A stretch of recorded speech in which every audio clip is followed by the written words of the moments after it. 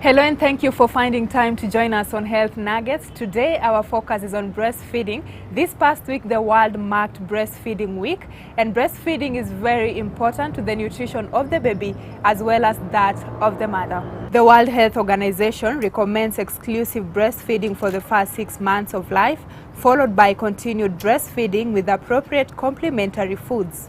The Constitution of Kenya stipulates that every child has the right to basic nutrition and health care of the highest attainable standards.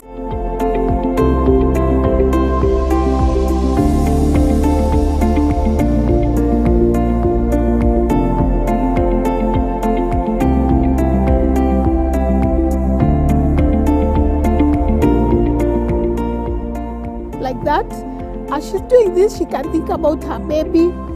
She can look at her baby. Touch the upper lip with the nipple, and the baby will open the mouth. And when the baby has opened the mouth, I'll push the breast very fast and pull the baby towards me. Push back towards the chest wall, press the thumb and fingers together, and then release.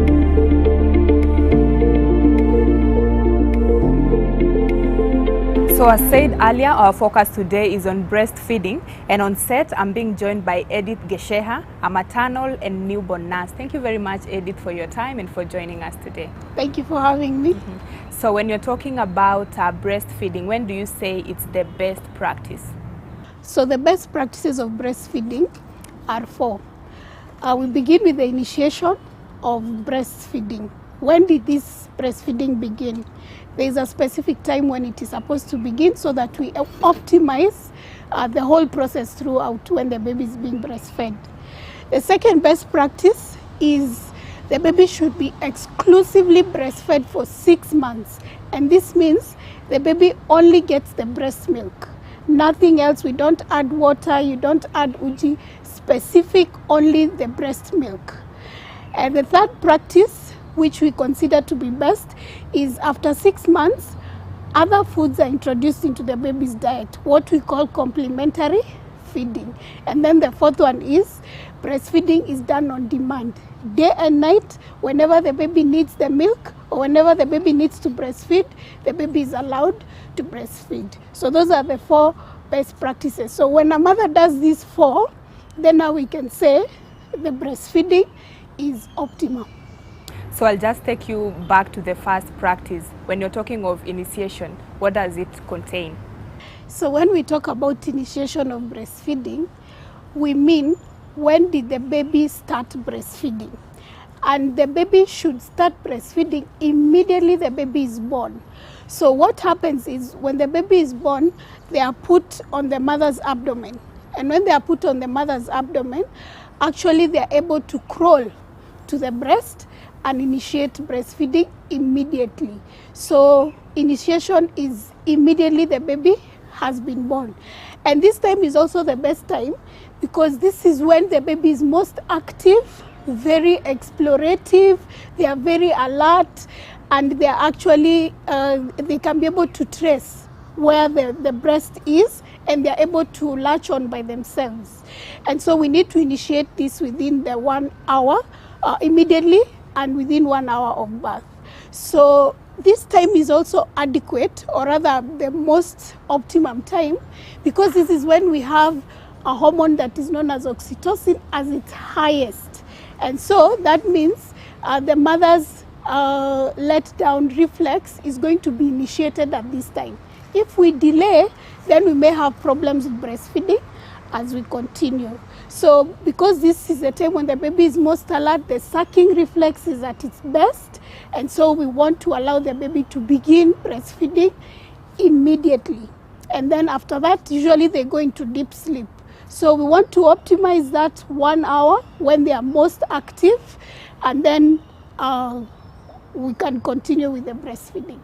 So for the second practice, you talked of that it's mandatory for a child to be breastfed for 6 months. Yes. What will you say are the benefits maybe to the mother and child? So there are so many benefits, and these are both to the baby and to the mother. So the first benefit is the breast milk has nutritive value. It has all the components of a balanced diet. It has fats, it has carbohydrates, it has proteins, and also it has vitamins and minerals. It also has anti-infective properties. So because of all that put together, and it is actually made of 87% water. So that means that meal in itself is complete. So that is the first benefit. It has a nutritive value to it. The next thing is it usually improves the IQ of the baby. The fats that are contained in the breast milk are usually useful to be able to create nerves in the baby's brain. And so the baby ends up with a higher IQ and the cognitive development is much better. So even the brain development is improved just by giving your baby breast milk. Yes. The other benefit is the bonding between the mother and the baby. And you see, we are going to see, we should put the mother and the baby close together. So that putting them close together, first of all, the skin to skin is the bonding.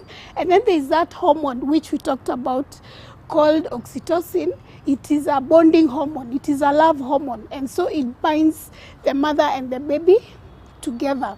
So actually, there are studies that have been done and they've shown that babies who are not breastfed, the mother is more likely to abuse that child physically just because she did not breastfeed. So it is important to have that breastfeeding so that you have that bond, that love, that motherly love. It will come because of breastfeeding. The other benefit that the breast milk the other benefit that the breast milk has for the baby, it protects the baby's heart. It contains the correct fats, it contains the correct chemicals, which later on in the future will protect the baby from having heart conditions, which we are seeing being prevalent in this day and age. So that is prevented. And also the breast milk is made specifically for the baby. And so it is specific and it helps the baby to grow and gain weight the way they're supposed to gain. Not too much, not too fast, just at the correct pace. For the mother, it also has a lot of benefits. Number one, it helps the mother to go back to the way she was before she was pregnant. Yes, so in fact, it has been documented that the way when she's breastfeeding is like doing a 30-minute cardio session. So she's going to lose a lot of weight, and also the incidence of obesity is reduced just by breastfeeding. And so there are a lot of calories that are lost during that time, and so she will go back to her state. It also improves her self-esteem because she's doing something that she can see results, and then she also becomes assertive. So for her as a person, it helps to build her character in that way. It also prevents diseases like ovarian cancer, breast cancer, bone conditions. It prevents heart conditions, diabetes, or high blood pressure, all those. When she breastfeeds, then she's going to be protected against all those conditions. Now, just back to the benefits that breastfeeding has to the child, the issue of strengthening the jaw, does it happen at this particular point or it happens after the 6 months? So the issue of jaw strengthening, that's for the baby. The jaw strengthening. So I don't think it is only the jaw that is strengthened. It is the whole body, because the baby interacts totally with the mother. If you notice, when the baby is put on the literally, his whole being is interacting. So she is sucking on the breast, so yes, the muscles will improve, but those are not the only ones that are going to benefit. The baby will also be holding on to the mother. They will be kicking around, so literally the whole body. It's the entire body. Plus the milk itself, like we said, what it contains is what helps for the baby to develop the way they're supposed to. Yes. So it's not just the jaw, it's the whole baby. Yes. So I'm sure we'll demonstrate that practically with the help of Professor Grace. But Yes. before we do that, you're having Yes. what can I call them? Breast. So maybe we'll just talk of the anatomy of the breast even Okay. before we go to the practical part of it. Okay, thank you. So Ida, here I have make a breast. So this is just I don't know if our viewers can be able to see clearly. So this is a breast, how it would look like. So on the outside, it would look something like this. We have a nipple, which is the part that I'm holding. Then the dark part here is what we call the areola. Yes? And the areola, if a woman was, if you were to look at a real breast, you'll find that it has like 2 dots on it. Yes? Those are important because they produce some chemicals which not only protect the baby while they're on the breast, they also help to make like oily around there. So when we are breastfeeding the baby, we should not be washing the breast. Just normal bathing, the way you bathe either in the morning and in the evening, that is enough. You do not need to scrub the breast again every time, because otherwise you're going to lose that anti-infective property of whatever is being produced by those specific structures. Then we have the rest of the breast. So usually the breast will be attached on the chest, and it will be attached on the muscle, and then this part will usually be fat.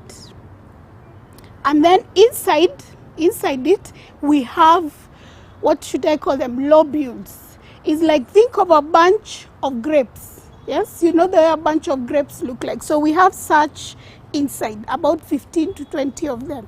So each of those grapes is where the milk is produced. And then where the grapes are attached, those are what we call ducts. So we have a specific hormone that leads to the formation of milk inside those tiny lobules, tiny alveoli, and once the milk is produced, it is ejected into the ducts, so that somewhere near here where we have the areola, we have some temporary milk containers. And those temporary milk containers, this is where then the baby will need to apply pressure so that now the milk can come out. So while inside we have hormones which play a role in the production of the milk and the ejection of the milk into the ducts, when it gets to the temporary milk containers, only pressure can be able to remove that milk. And that is where, when we talk about the technique, you're going to see that the baby needs to latch onto the temporary milk containers so that they apply pressure there, and then the milk is going to come out.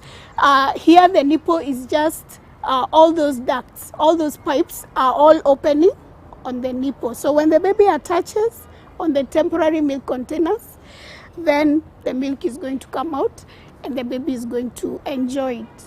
Yes. So the baby is supposed to be attached at the areola and not just the nipple. Yes. So every time, and we are going to talk about this in detail, the baby should always be attached above the areola, slightly above, because that is where we have the temporary milk containers, and that is where we need to apply the pressure. Yes.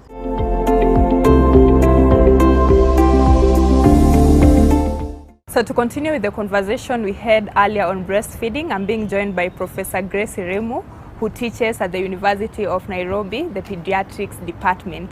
So Professor, why are you so interested in this topic? Yeah, thank you very much, Ida, and thanks a lot for having me in the studio. Yes, I actually am very much interested in breastfeeding, and this is because I'm a kidney specialist. And the problem we are seeing is that you come to our renal unit in Kenyatta and also in other hospitals, we are getting babies with kidney failure. Their kidneys have failed and they actually have to go on dialysis. If you go to some of those renal units, you'll just find most of them are just newborns. They come when they are aged about 7 days to 10 days old with very high creatinine. I usually say hitting the roof. And this is because they have not been breastfed properly. There's lactation failure causing severe dehydration, making the kidneys fail. And some children actually do die, others do survive. And that's why I am very passionate, because as a kidney specialist, I really feel sorry and I feel bad that whenever I see a child with kidney failure, those newborns with kidney failure, I always ask myself, what didn't I do right? Because that should not happen. It's preventable. Mm-hmm. Yeah. So when a mother breastfeeds their child properly, they can prevent such? Yes, definitely. Yes, the baby will not get dehydrated. In fact, for our admissions among the newborns, about 20% of the babies we admit in our newborns unit in Kenya, aged 0 to 28 days, who are admitted in the hospital, they are dehydrated, severe dehydration, 20%. So it's not a light thing we are talking about. We are talking about something which can kill if not done. So we need to let mothers know how to breastfeed properly so that we prevent these babies from dying. Mm-hmm. Yeah. Okay, just to build up on that and also to build up on what we discussed earlier with Edith, there are mothers that complain that they do not have enough breast milk for their child. What do you think causes this? Yeah, thanks, Ida. That's a common complaint about the mother. We in fact call it insufficient milk syndrome because the mother complains she doesn't have milk.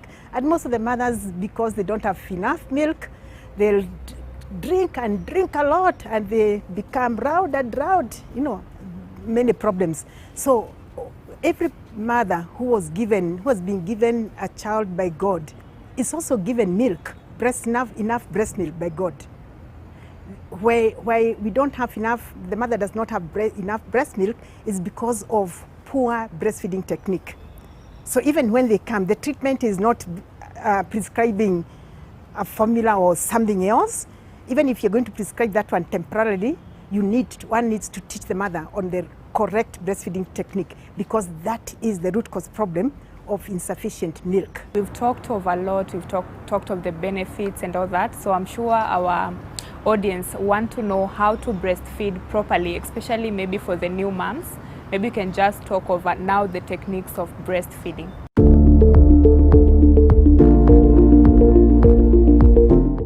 Yeah. Thanks, Ida. I'll demonstrate the breastfeeding techniques. I'm actually wearing breast. These are breast models. They're not my breast. And so, that's the breast model. So I'll demonstrate using these models. And I'm sure some of the viewers have seen these because we have been doing it in many places. Now, so when the mother says she doesn't have enough milk, most of the times is because of poor breastfeeding technique. So we are going to go through step on how to avoid that problem of poor breastfeeding technique. So the first thing we consider is the mother's position. The mother should be comfortable, because as we mentioned, if the mother is not comfortable, this can affect the hormones and hinder the milk production. So the mother should be comfortable with the legs firmly placed on the floor, with her back on the seat, like so. However, she can be standing or she can be lying, but whatever position she's taken, she should be comfortable. Then now after that, we move on to the baby's position.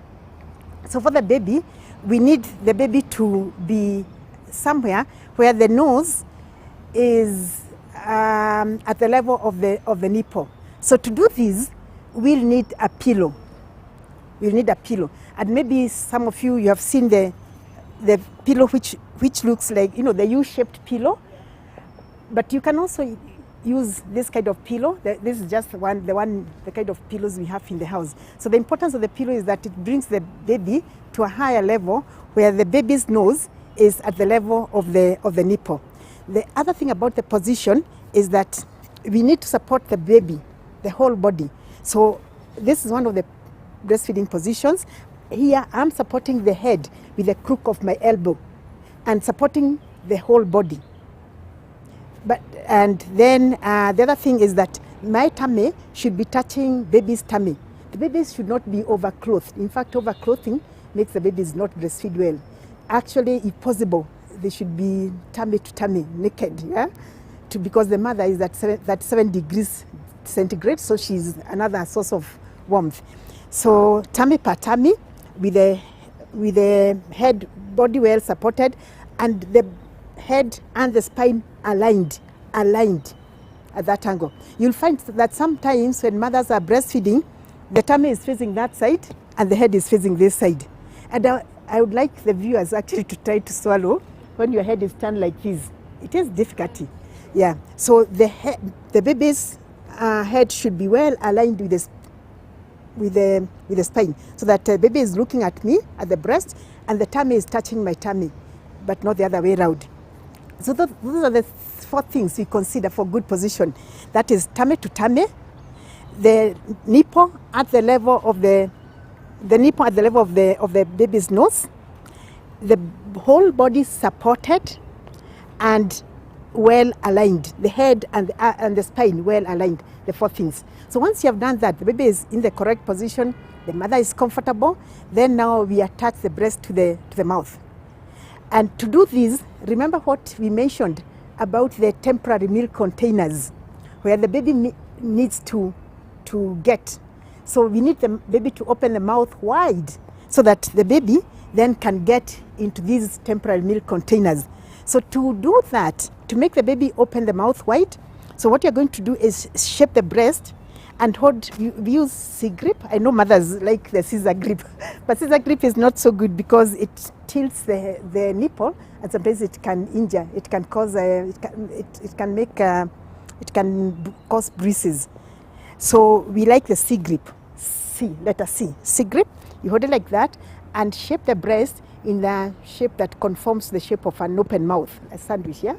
So once I've done that, I'll touch the upper lip with the nipple, and the baby will open the mouth. And when the baby has opened the mouth, I'll pull the baby towards me, and I put the breast in the mouth. Okay, now we go. So baby is in the correct position. I hold the breast in C-grip, touch the upper lip with the nipple, and the baby will open the mouth. And when the baby has opened the mouth, I'll push the breast very fast and pull the baby towards me. And then you'll find that most of the areola is in the mouth. And that way I can come and hold my baby. Yeah. So that is this position, we call it cradle hold. Cradle hold, because I'm cradling, holding the baby. But this position is not very good for the small babies, the ones who have not developed very good head control, and especially even the preterms. So because when you're holding the head like this, you are not intentionally supporting the head, so it can lag behind. So it's not so good for small babies, especially below 2 months. So this cradle hold. Now, the other method is... Before you go to the next method, you've talked of once you've placed the nipple and the areola to the baby's mouth, you've talked of the part where you pull the baby immediately to you. What's the importance of that? Yeah. So that the baby does not close the mouth. That's why you pull the baby towards you as you push the breast towards in the mouth. You do not bed like that. And you see mothers bed and then they complain the breastfeeding is... Yes, you don't. The breast should not go to the baby. The baby is the one to come to the breast by pulling the baby towards you. And you notice that I'm supporting the whole body. So when I pull the baby towards me, I'll pull the whole body. Yeah. All right, now to the next technique. Yeah, thank you, Ida. So now the other technique is cross cradle. You don't have to remember those terms, but you need to know how to hold the baby. The cross cradle is where the mother will hold the head with this hand, and I'll breastfeed with this breast. So I'll put my fingers just below the ear and the other fingers below the other ear. So I'm holding this head. So again, the positions will be the same. Tummy per tummy, the head and the spine in the same axis. The nipple at the level, the nose at the level of the nipple, and arms supporting the whole body. I'm supporting the head, the shoulders, and the back. So the 4 things will be there. So I'll hold the breast again in C grip. I come, touch the upper lip. Baby opens the mouth. You know, the touching the upper lip stimulates the baby to open the mouth. If you touch the corner of the lip, the baby will start looking for the breast. So you touch the upper lip. When the baby opens the mouth, you push in the breast very fast before the baby closes the mouth. And then you also pull the baby towards you. And when that is done, then you can come and support your baby like that. And the mother can continue and very comfortable, continue breastfeeding. Now, should the mother hear is sometimes that sound, or you see dimpling, or the mother is uncomfortable, it means the attachment is not good. Then in that case, we need to break the feed and check the mother's position, check the baby's position, and reattach the breast.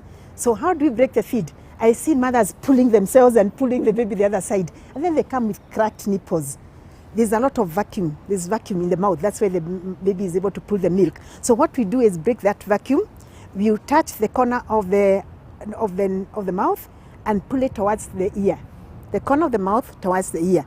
And the baby will just release the breast, and then you can check the mother's position, check baby's position, and then reattach the breast. So these are 2 positions I've described. This is very good because, as you can see, the cradle I'm controlling this head. So even with a preterm baby, I'll be able to control this head. The other position we need to talk about is called football. The football is from the word, is from rugby. It's the same as the way those men or even the ladies now hold the rugby on the ball on this side. So for that style, we have the U-shaped pillow. People have seen this kind of thing, but this is for a different purpose. But it's the C-shaped pillow. So for that one, again, we'll come here. It's good that it has fallen, because I need to remind people that it's very important that we keep the babies warm, because I don't know what happened. We don't usually use the cups, the beanies. So for this position, again, I'll place the baby here. There's a pillow here. So the baby, the nipple is at the level, the nose is at the level of the breast, of the nipple, and the baby axis, tummy, baby's tummy touching the side of my body. And so I come here, shape the breast, touch the upper lip, baby opens the mouth, and I introduce that breast in the baby's mouth, and I pull the baby towards me. Okay. And if it's one baby, then I can just continue holding the baby. This is very good for mothers who have had C-section, because then the baby is away from there and it will not cause pain. It's also good for mothers with large breasts. It actually, they are able to hold well. Also for mothers with twins, because you can have the husband or somebody else introducing the baby. It's okay. Introducing the baby through there. So the mother can be able to breastfeed both babies. So this one is being brought here by the husband or by somebody else, and so I'll be able to again hold and breastfeed. When the baby is breastfeeding, one doesn't have to remove the baby from the breast from the nose, because that is what the mothers think they are doing when they are doing the scissor grip, like this. They hold, thinking they are, like this, thinking they are preventing the baby from choking. The noses were made to breathe when the baby is breastfeeding, and so long as the baby is not asleep, the baby is not sick, then baby cannot suffocate. Baby will just get away of breathing. Yeah, and again, if you have positioned the baby well, then the baby will not choke. Now, when you have done the correct attachment, there are some things we need to look for to know that the baby is attached well. So the lower lip, you find it's not in the mouth. It is curled outward. Then we'll also find the chin is just touching the breast. touching the breast. And then you'll also find the baby is not dimpling. Yeah, so with good attachment, then there's good milk flow. Now, if there's no good attachment and the baby is just attached to the nipple, so this nipple just have pipes like what Edith explained, and the milk containers are around here. So if the baby is just attached to the nipple because didn't open the mouth wide, so what will happen? Baby will not really get enough milk. Baby will be hungry, will be crying, and will be, will not be happy. While the mother will be complaining of engorged breast. So she'll be saying, look, my breasts are engorged, but my baby is crying because she's not done the correct attachment. And sometimes this continues. You find the mother has got a breast engorgement, breast abscess, and so many other complications. So that is one of the causes of actually baby not having enough milk, a baby not getting enough milk. Correct breastfeeding technique. The other thing I need to mention is that when one is breastfeeding one breast, the milk which comes initially is different from the one which comes later. The fore milk is different from hide milk. The fore milk contains water and is very good for quenching thirst. The hide milk, which usually comes later on, contains fat. And that fat is very important because it makes the babies gain weight. So if a mother breastfeeds briefly, just enough for the baby to get fore milk, then switches to this side and baby gets fore milk again, those babies tend not to gain weight. And again, they tend to get hungry very fast. And also that milk contains a lot of sugar, and they tend to have loose stools, which look greenish. Sometimes they can be complaining of diarrhea, and they are not gaining weight. And the stomach also tends to make a lot of noise because of that high blood sugar, that high sugar in the breast milk. Yeah, so many of the things we see regarding problems in newborn, some of them are just because of poor breastfeeding technique. And the treatment for them is not a prescription, but it's teaching the mother the correct breastfeeding technique. But this breastfeeding technique should not be taught to the mother when she already has problems. It should be taught during pregnancy, during the antenatal period, so that the mother is prepared, as Edith mentioned, to demand for her baby to breastfeed immediately after delivery and have the correct techniques so that she doesn't bring us problems to correct problems which we could have prevented.